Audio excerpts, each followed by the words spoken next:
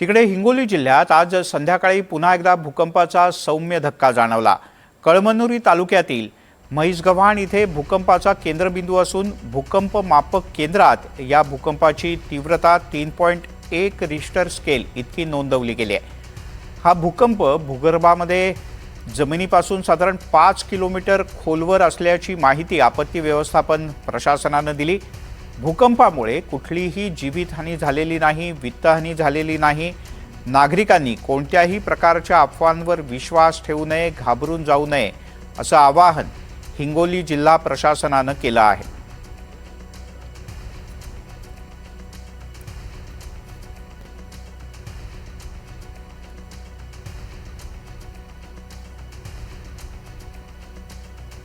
समाधान कांबळे आपल्यासोबत जोडले गेलेत, आपले प्रतिनिधी। समाधान, काय अधिक म्हटलंय जिल्हा व्यवस्थापनानं?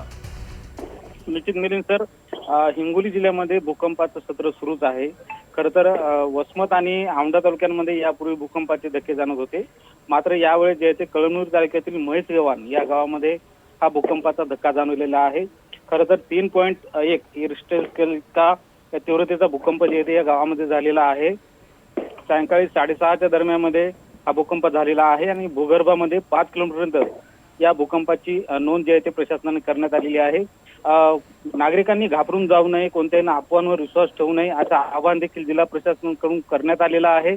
खरं तर मागे सलग होत असलेल्या भूकंपांमुळे जिल्हा प्रशासन अलर्ट मोडवर आलेलं होतं आणि त्यानंतर स्वामी रामानंद तीर्थ विद्यापीठाचे जे काही प्राध्यापक आहेत त्यांच्या उपस्थितीमध्ये एक समिती नेमण्यात आलेली होती आणि संपूर्ण भूकंपावर जे आहे ते अभ्यास करण्यात येणार आहे।